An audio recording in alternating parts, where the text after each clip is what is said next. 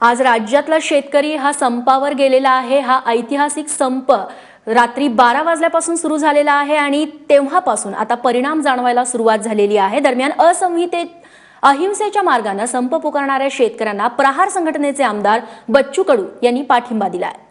अनेक उपाय अनेक मोर्चे आंदोलन करून सुद्धा सरकारच्या मनात शेतकऱ्याबद्दल स्थान निर्माण होऊ शकत नाही, आत्मीयता निर्माण होत नाही। उलट या मोर्चाने शेतकऱ्यावर काही परिणाम होत नाही असं भाजपच्या नेत्यांकडून वारंवार टीव्हीवर बोलल्या जातं। जसं आपण पाहतोय का इतकं सगळं होऊन सुद्धा प्रचंड प्रमाणात भाजपांचा निवडणुकीमध्ये होणारा विजय आणि त्याच्यावर कुठलाही दुष्परिणाम होताना सरकारला दिसत नसल्यामुळं मतात आम्ही जिंकतोय, मग शेतकऱ्याचे वाखे झाले तरी 72।